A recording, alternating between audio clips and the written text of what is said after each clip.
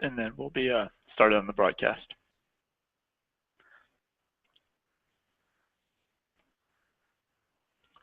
Hello, everyone. Welcome to the July 10th edition of the Intuit Developer Friday Morning Hangout. As you know, last week was the holiday weekend, so we skipped and we didn't do the Hangout last week. Going forward, we will continue to do them every week unless there's a holiday, something like that. This week we have Tony Chang, who's actually a little bit late today, but he should be popping in, and Joe Mao. They are both QuickBooks API product managers to talk about custom fields inside of QuickBooks Online. Another product manager, Paige, she was going to come and she was unable to. She's getting married and has her honeymoon, but she kind of manages the custom fields inside of QBO. So it would have been nice to have the trifecta of the product managers there, but Tony and Joe understand them pretty deeply. And then obviously with your knowledge developers about the custom fields on the desktop side and how you compare and contrast, I have a feeling today's going to go a little bit more like a discussion, unless kind of like the previous ones where it's been a little bit more of a presentation of like, hey, here's some new functionality. This is going to be more of, product managers talking to you about why custom fields are important, what your needs are as custom fields as developers, and those types of discussions. Next week, I don't have a guest lined up perfectly yet for next week, but like always, I will get those guests lined up and put into the spreadsheet so you can always find the next Hangout for next week. And with that said, I'm going to go ahead and Joseph's driving his car, so he won't have video yet, but I will go ahead and unmute him and hand things off to Joseph so he can finish introducing himself, and then we can talk a little bit about custom fields.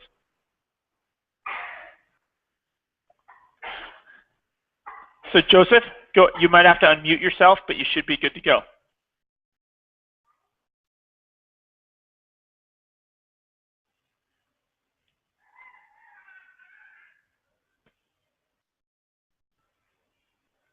And I may have stumped him by muting him. Yeah, you muted me. You're good now, Joseph.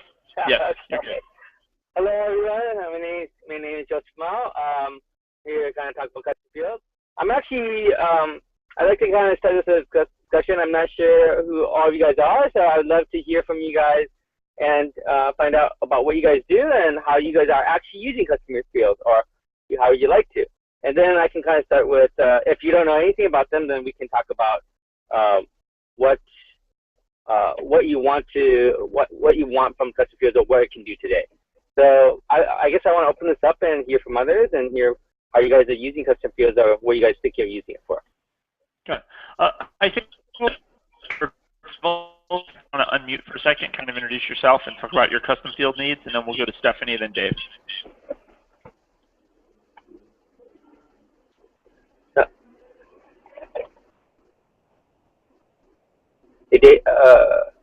David, okay.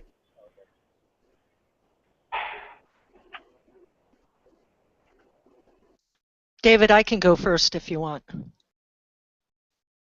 Okay, I'm here. Okay. Oh, he's there. Okay. Okay. It's not what we use custom fields for, but it's what our customers use them for, because we have a bunch of different utilities to get things in and out of QuickBooks from various sources. So right now, for example, I have a customer that uses our IIF importer for QBO, and he wants to put a purchase order number in the custom field. And that is just very, very typical. Again, it could be anything. It could be a date. It could be a number. It could be Boolean. But it's whatever the customer wants. And a lot of our customers have come from the QBD world, so they're so used to having, 7 or 8 different custom fields associated with a customer, and another, 7 or 8 fields associated with each item.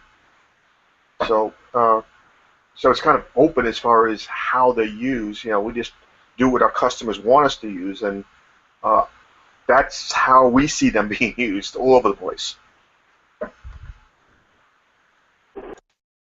Thanks, Jack. That's actually really helpful to understand. That's actually a pretty common use case. I think generally speaking, there's a lot of customers that want to add their own fields. I'll talk about that in a little bit, but I'd like to hear from everybody else and see if everybody has basically the same use case.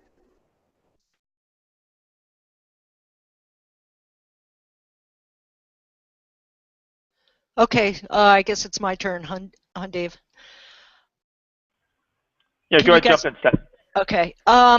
Okay, we use custom fields pretty extensively to communicate between QuickBooks and our app. We have a web application, software as a service application called Cricut, which is a portal, a customer and a sales rep portal / CRM system. Plus, in that, we have the capability for companies to process warranty claims. So the way we use custom fields on list items like items and customers to indicate whether that customer or that item should be sent to Cricut and presented through our app or not. So that's a really simple use case. And what we've had to do in QBO is use, for example, on the customer screen, use the other field. I think that's for like another phone number or something. We use that to indicate whether the customer should go over or not. For items in QBO, we actually use the purchase description because a lot of our subscribers aren't using that field, so we use that, and we have them use that to indicate multiple things, and we just look for whether certain phrases or keywords are in that field to determine, what to do. So that's one example. Another example is for the warranty claims processing. In our system, people can do reports, our subscribers can do reports showing what quality issues or warranty issues are costing them, and they can do it by item. They can do it by this thing called problem code. So was it a paint issue? Was it a shipping error? What was the issue? And those problem codes are entered into QuickBooks when somebody's, for example, entering a credit memo to give to their customer to credit them for a warranty issue. They'll, on the line item, the credit memo line item or invoice line item, they'll enter the custom field, which is the warranty claim problem code.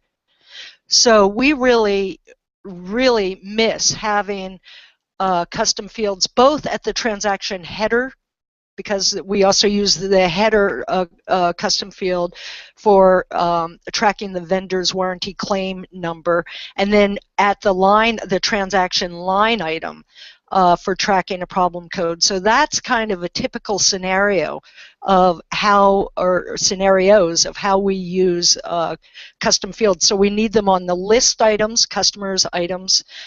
We need them on the transaction header, and we need them on the transaction line items. Oh wow! So you need it everywhere. Okay, so you're using it in the header, you're using the transaction, and using it in the custom. So how many custom fields do you see that if we give you unlimited, how many do you see you're using for each of those? We're using for well, we have different subscribers that do different things. I'd say the most that a subscriber is using is like 1 on the customer, maybe 2 on the customer, and then on the item, as many as 4 or 5. But typically, the typical subscriber, it's using 1 or 2. But see, if I recall correctly, to use a custom field in QuickBooks Desktop on a line item, you have to set that up as an item custom field. Jack, correct me if I'm wrong about that. But I'm pretty sure that that's the way that works. You set up the custom field on the item, and then you can apply that or use that when you're entering a transaction line item. Correct. Okay, cool. Yeah, and I think a big case like with items you'll see, Joseph, is if you like say I don't know, I make toasters, right? And I'm selling my toasters to Walmart, I'm selling them to Target, and I'm selling them to all these other places. A lot of times when I'm processing their order or shipping those out to them, right, I need to put their inventory stock number sometimes, right, which might be different than my inventory stock number. And so I might have a custom field, Walmart ID, Target ID, and I'm using the for additional IDs and inventory number parts, right?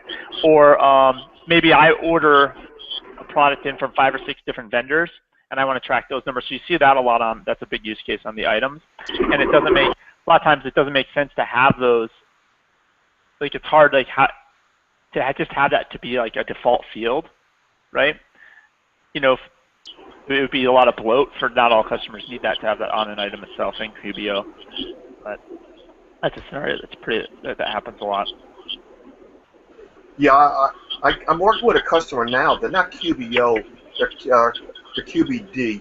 But just to give you an example, they're also using them on employees, to saying what they're qualified to do. This employee has a CDL license, so he can drive a truck. Another one could be a trainer. And these are yes/no Boolean type things, but it could be like license dates, license types, what states. So again, you can get, if you want to make QuickBooks really usable to the mass, you really have to have all that type of flexibility so they can not only see it in their QBO, but in this case that we're using it, where you're actually syncing with a mobile app that we didn't write. There's other companies, but they get that data in their system, and so they go on their mobile phones and tablets. They can see where their people are working all across the country and what they can capable of doing.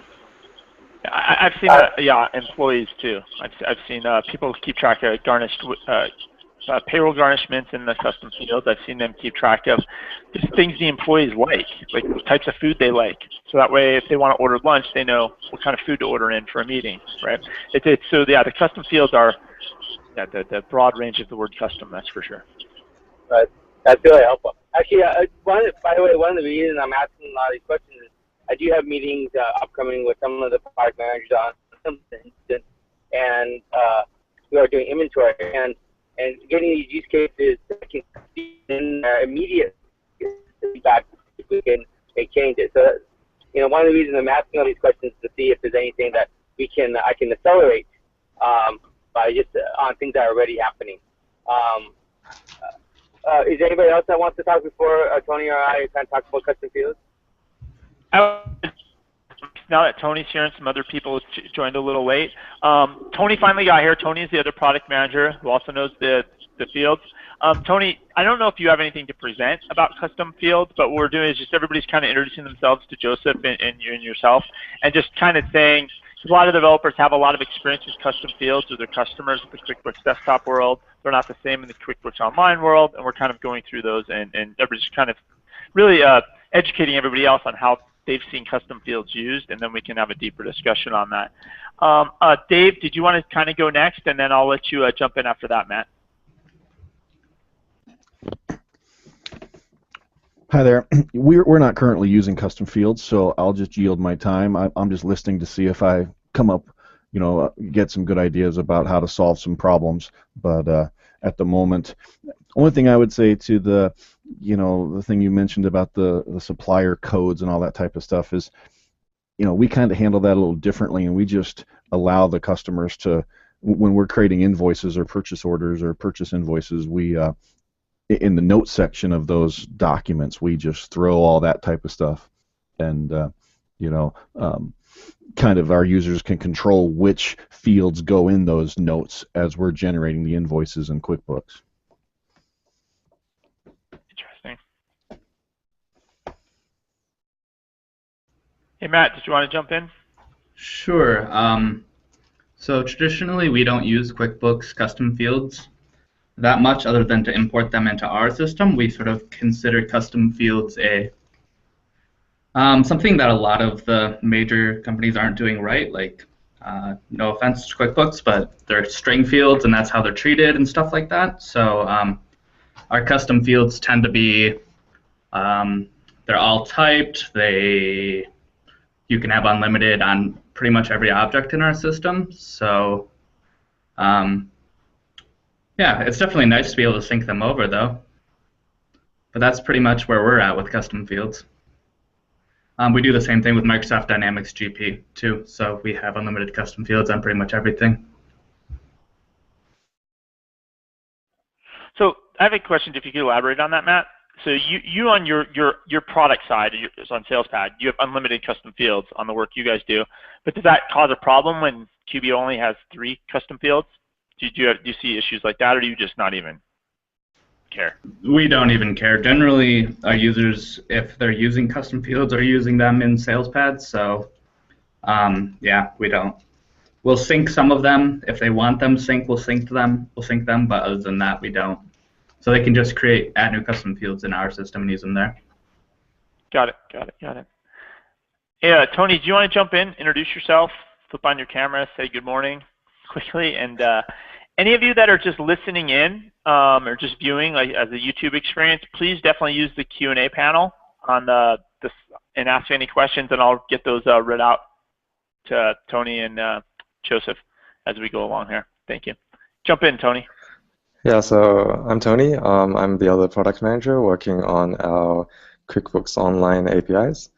And hopefully today I'm trying to get a sense of from you guys, like what your main concerns are around custom fields, because from what I've heard so far, most of you are pretty familiar with what the custom fields were able to do in QuickBooks Desktop and what they're able to do now in QuickBooks Online. But as we're looking at building more features into QuickBooks Online, both in the actual product and in the APIs, custom fields is one of the things that we're thinking about, and it would be great to kind of learn more about the use cases and what the needs are in terms of QuickBooks Online.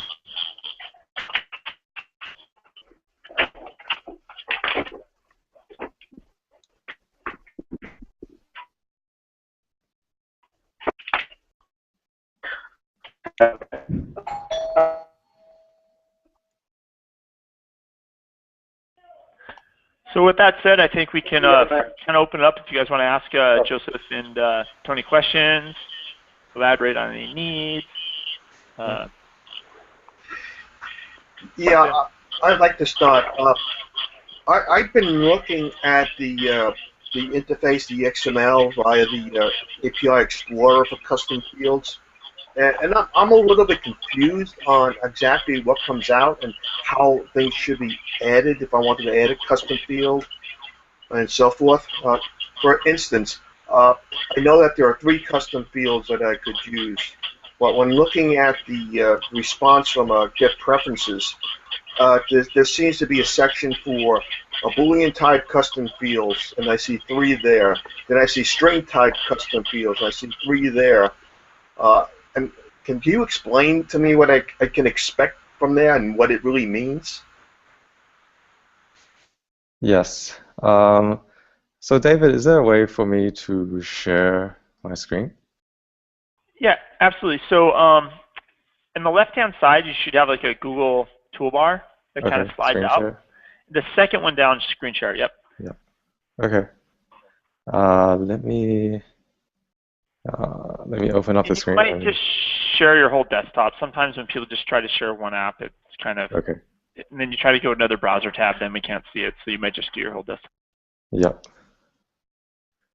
Okay, so can you guys see my screen? Cool. So yeah, I totally understand the question you are asking. The way the preferences custom fields is presented is confusing. I agree. In the preferences, what developers try to do for preferences is basically there's 2 things. One is you can turn on and off custom fields for certain transactions. So custom fields we split into sales and then purchase order because those are the only transactions that are currently supported for custom fields in QuickBooks Online. And you mentioned there are 2 types of custom fields in these preferences. There's a Boolean type and a string type. what the Boolean type does, it actually turns on and off this custom fields. So if this Boolean is off, that means the third custom field for sales form is off. And the analogy to this is basically on the UI. This directly relates to, give me one sec.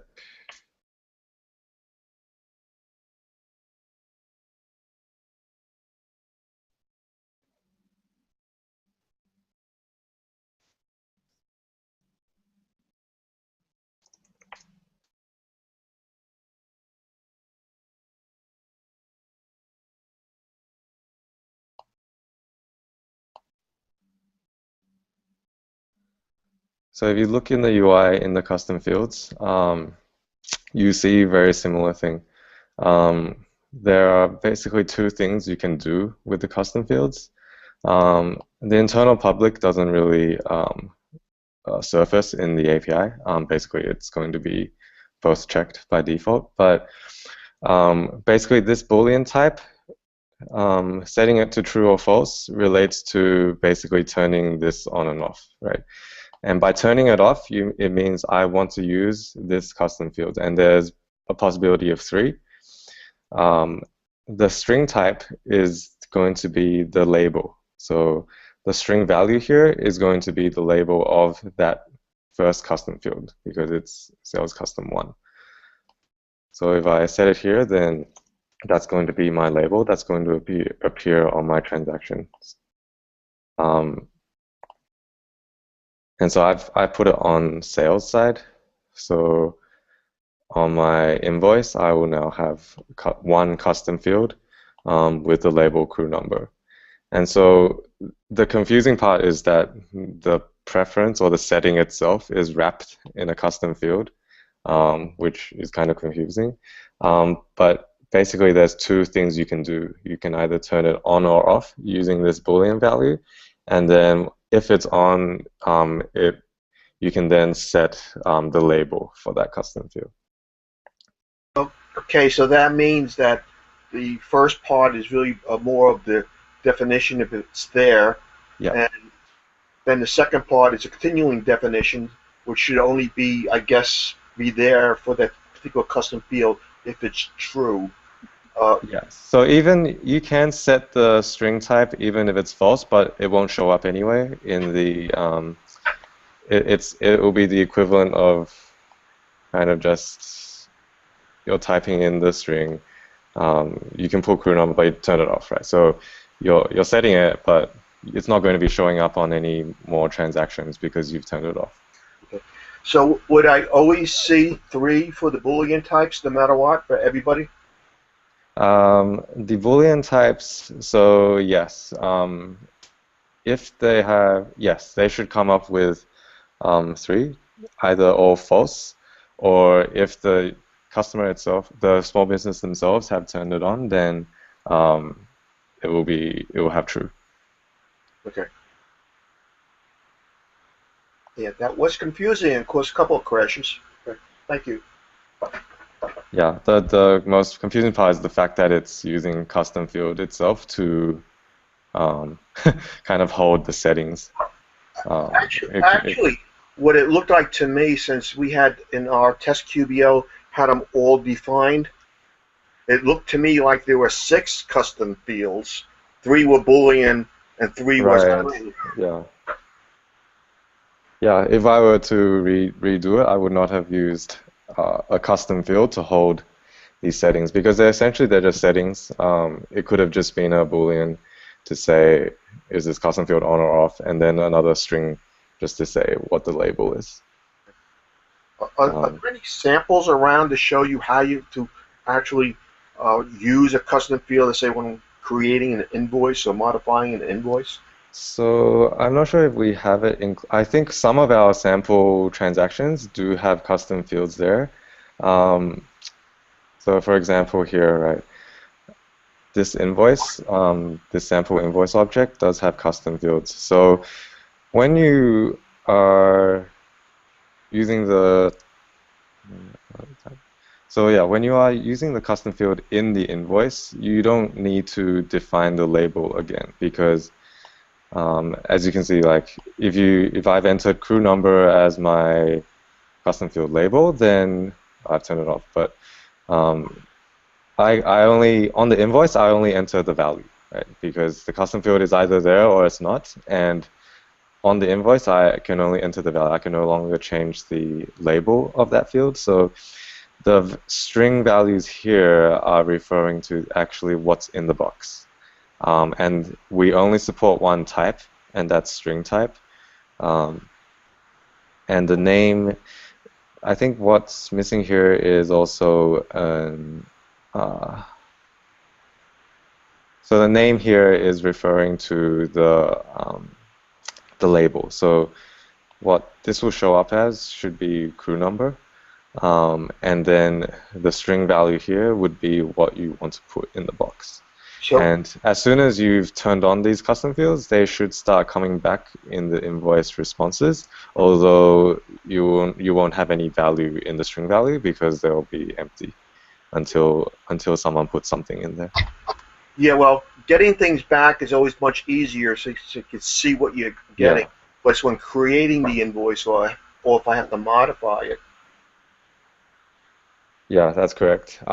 If you are working with the sandbox, then the easiest thing is to actually put these custom fields in the sandbox company and then see how the response looks like. On our requests, we typically, nearly in all cases, the request will take the same format as the response. So if you copy the response back and then make your changes, you should see how the request will work. Okay, thank you.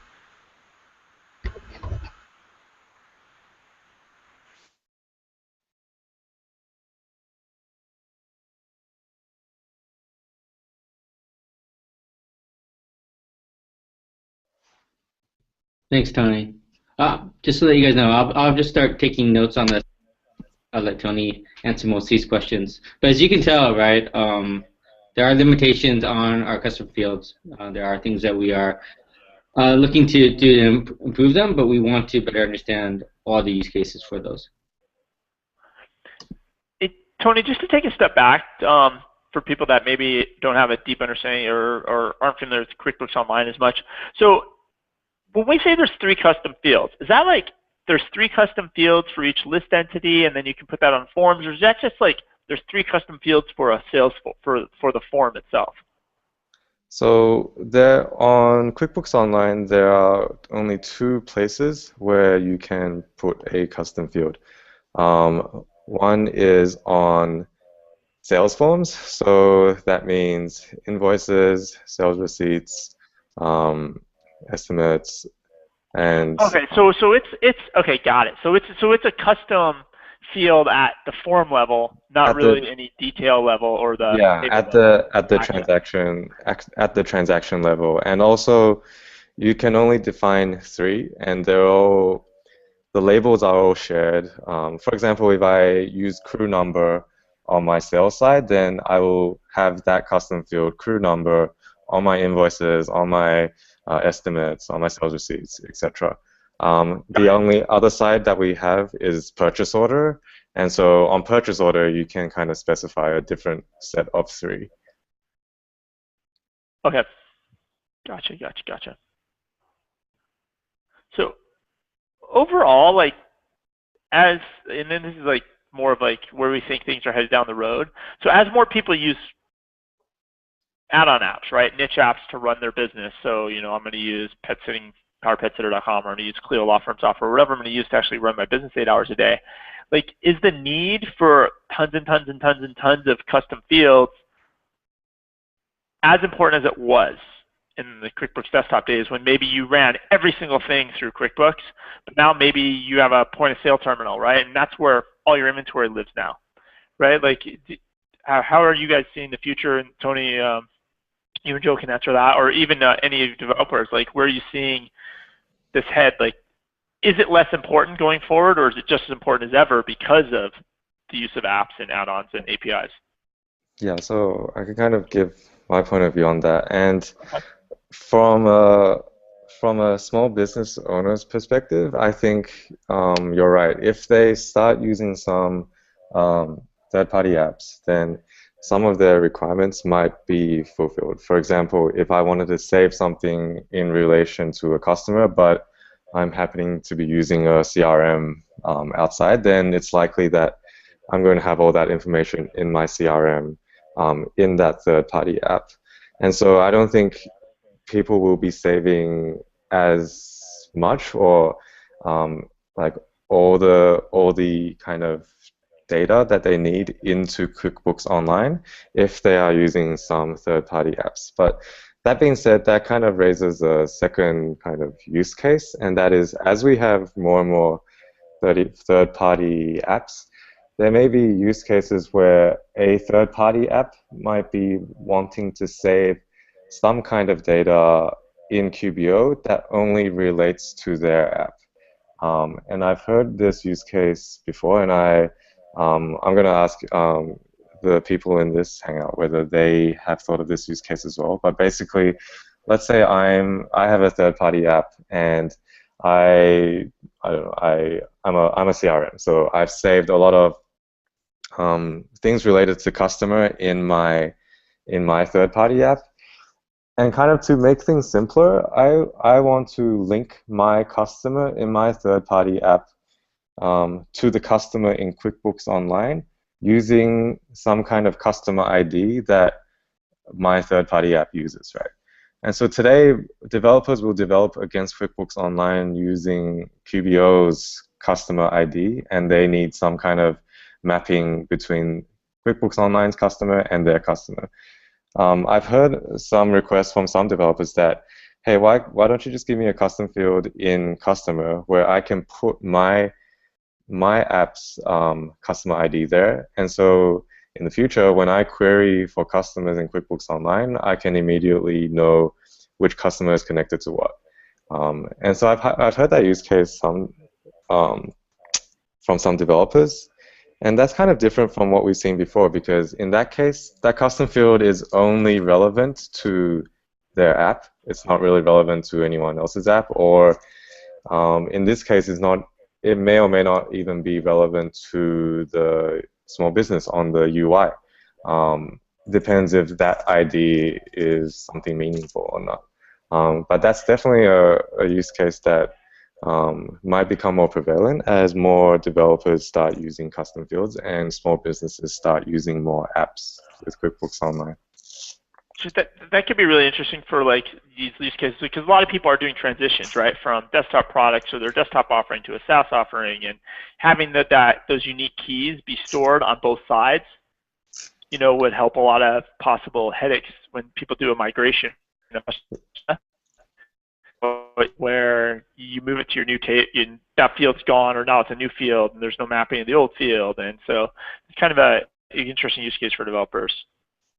But you're right, from the end user standpoint though, that's a useless field, right?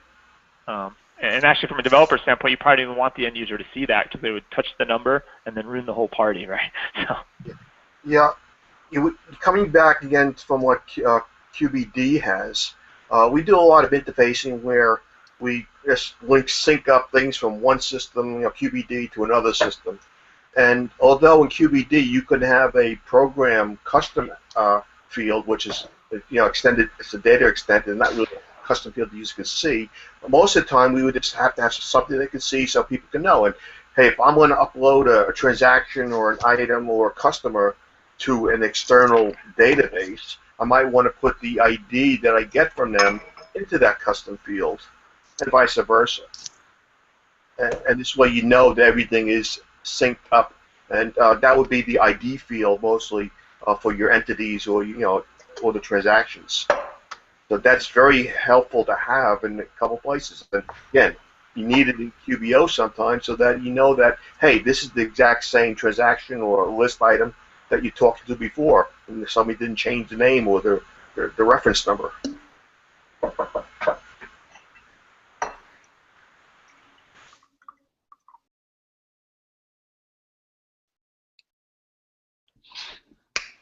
I think that's definitely correct. expanding on that use case, I've even heard, and I'd like your guys' feedback on this. I've heard there are times where developers might actually save, they save a snippet of code or a snippet of JSON in a custom field that kind of is relevant to their app when whatever entity is being loaded. I've never seen that before, but I've heard some developers on desktop do that just because the custom fields do have a big size, and often it's just simpler to save a snippet of JSON or a snippet of code in that custom field that might contain more data. I'm not sure if any of you guys have done that or have heard of people doing that. I have not. I don't like the idea. It sounds like somebody can hack your system a little bit by doing too much of that.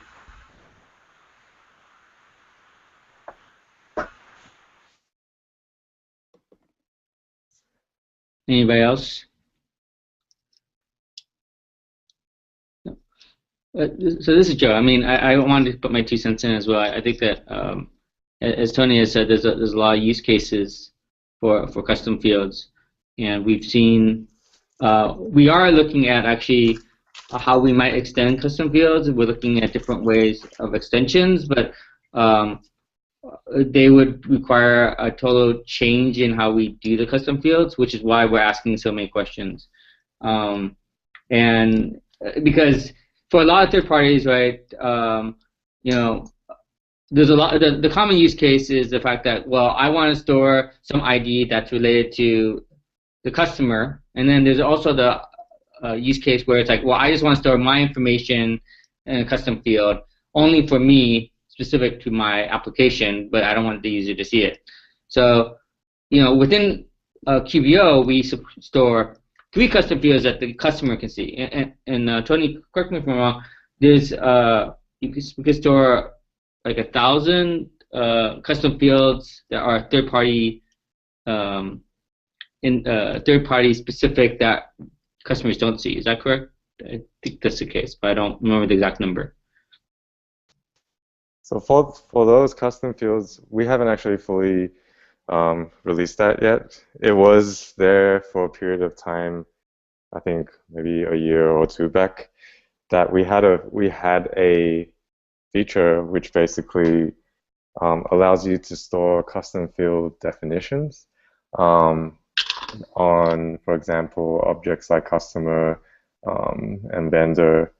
I believe that. So I know for a fact that we're currently not supporting that through the API, just because it wasn't really designed to scale and designed well for the QuickBooks Online use case. But again, it just shows that that's an area that we know we need to do, like provide custom fields on more entities other than just the transactions we support today, because there's definitely a use case for it, both in the product itself and for an app developer. Thanks, Tony, for correcting me on that. I think the question I had, you know, to follow, using that as a follow-up is anybody on this call, would you be using that functionality if that was available, or is your primary use case really syncing up data that is between the 2 apps where users will be able to see that information? If I could see us using it, I don't have any use cases now, but I could see where we could use it to get around limitations in the API for certain things, maybe. So what I'm hearing is you would use it as a stopgap to get around limitations. Can you give me some examples of those limitations so we can see if we can solve those limitations versus just providing a stopgap?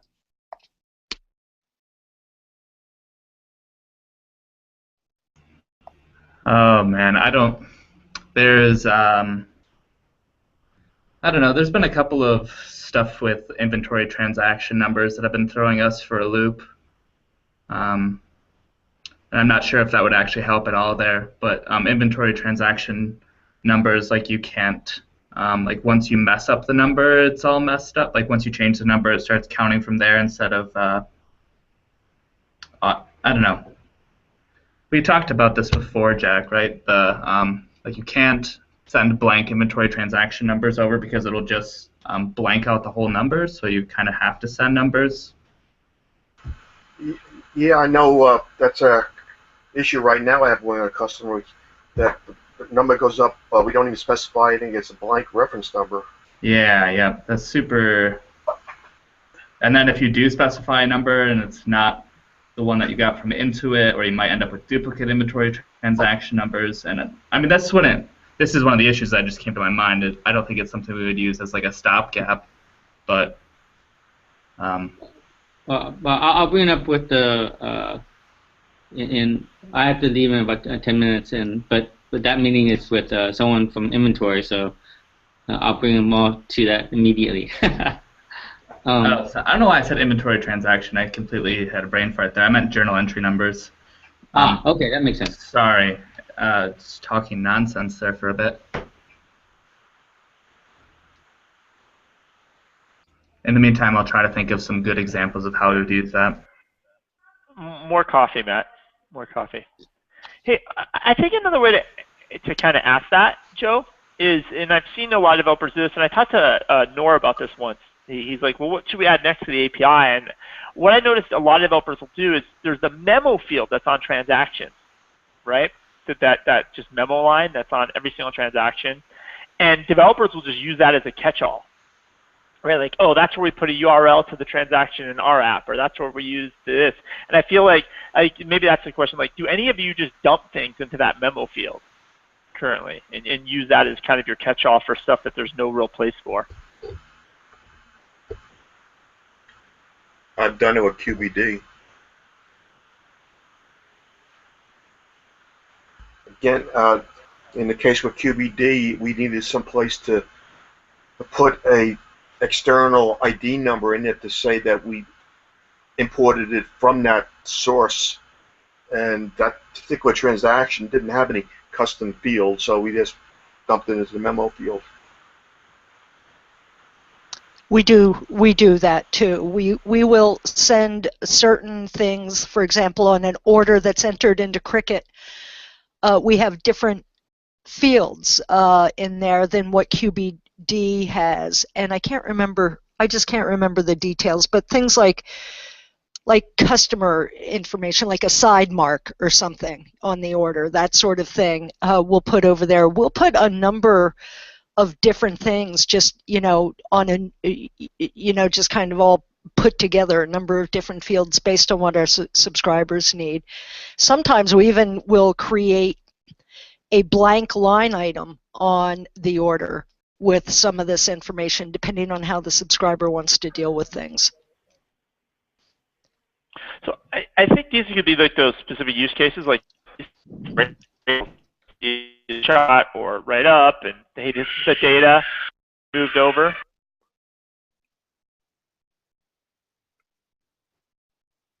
I think you just cut out. I didn't catch all that. I think he was talking to his kids. Oh, okay. He turned off his camera too. Yeah, I have a feeling. I was like, what?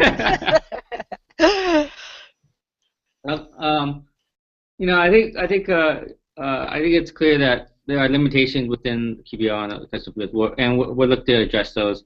One of the challenges is that for every custom field that you have, if you had unlimited, basically every field will have unlimited, and not everybody needs that. So I think, and also the question then is, and I wish Paige was here, but I'll talk to her when she's back. But one of the challenges is, well, if let's say you had 20 custom fields or some large amount, where would you put those all, right? And so, because everything has a different way of representing itself. And you mean on the UI? Where would you put them? Okay, I get you. Yeah. So there's a limitation, and then to add to that, right, complexity, right? So let's just say I added 5 extra custom fields, which would be great on the UI, and the UI you can have a really big screen, you can put that.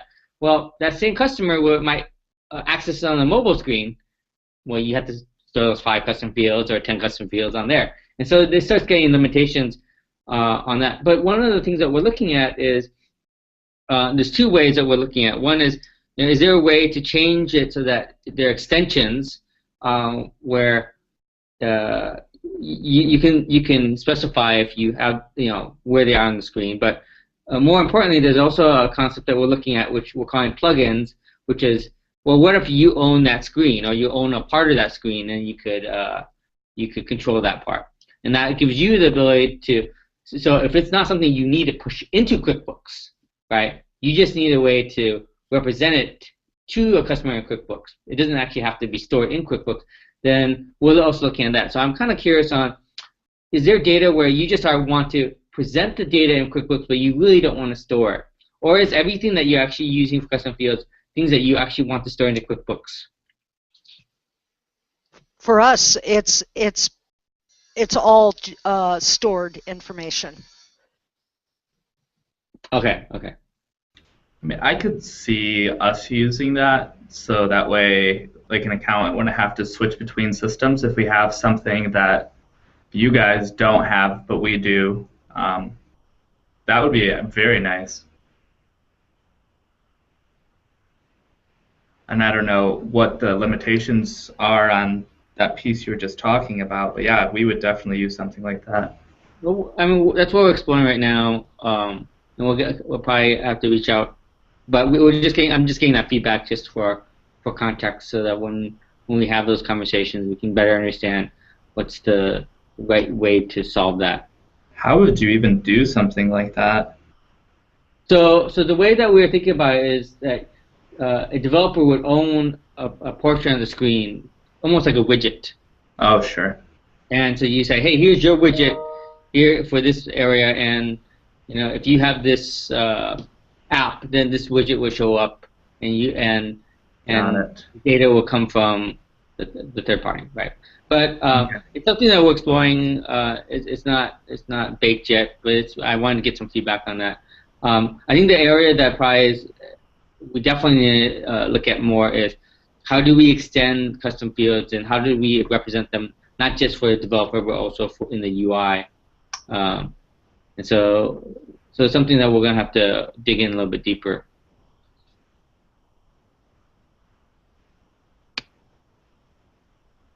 Well, I'd like to hear what other questions you guys have, or other feedback. I may have missed this question, but are custom fields in QuickBooks going to continue to be only string values? Right, in QuickBooks Desktop right now, they're still stored as strings, right? They just have formatters on them? I would expect them to be, but Tony, are you aware of any changes? I'm not. So from a API level, currently they're string values, and although we do have capability of storing like Boolean dates, numbers, but the thing is that's not going to work, because on the UI it's simply a box where there's text. But I have seen when I last talked to QBO PM Paige, she did show me an experiment that a developer was doing, and basically that experiment was to basically allow not just the box, but let's say you're using a Boolean, then it will be a checkbox, or you could even have an enumerated set, which then would be a drop-down of certain possible values. So I know they are thinking about that on the QBO product side, and so I would expect in the future that there will be more ways to save custom fields than purely strings. Right, that'd be really nice, especially like if you're importing data and that way you know what type is coming back instead of having to try and parse it, figure out what it is. Yeah. On the fly. Cool. Yeah, if you want to make it anything like QBD, their QBD UI now has all these things where you can, it forces you to be in a certain type. It, gives you ranges that has to be in, or a list box that has to be in a certain list. So they really expanded upon that part, and I think it'll be a good idea if QBO did it too. Yeah. Thank you. I think just in general, like QBO has now been out for a while now. At the start, they were basically getting all the basics right, getting the experience right, and making sure kind of the basic functionality there. Now, as we kind of have a stable product, you will see us, one, we are expanding to different countries, and two, we are looking at some more advanced features that we know are missing from desktop to QBO. So just as an example, for the item or inventory side, there is an inventory team looking at now building in the inventory capabilities that were available in desktop into the online product as well. And so I think you will see us moving in that direction in the coming years as we try and kind of even make QBO even better than it is.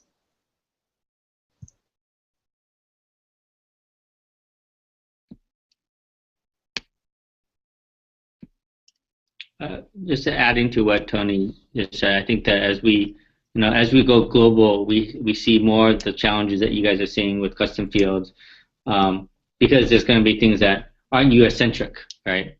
And so we are looking at that, and we'll bring it up with the teams to see how we can address those.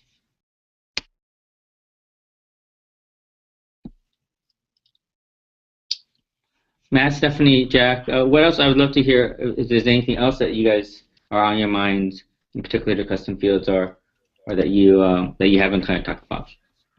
Yeah, if any of you are watching just the viewing, you can definitely use the Q&A panel and ask questions, and I can get those out to Tony and Joe also. No questions have came in though through the panel yet. Okay.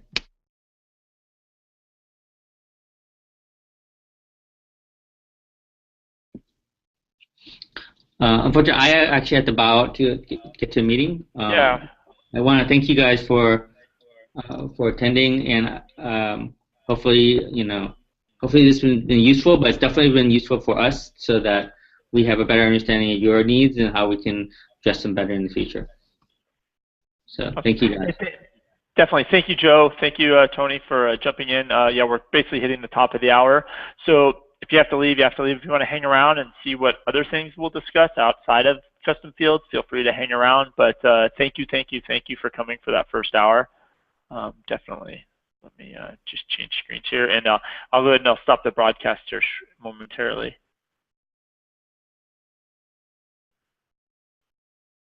This flipped over.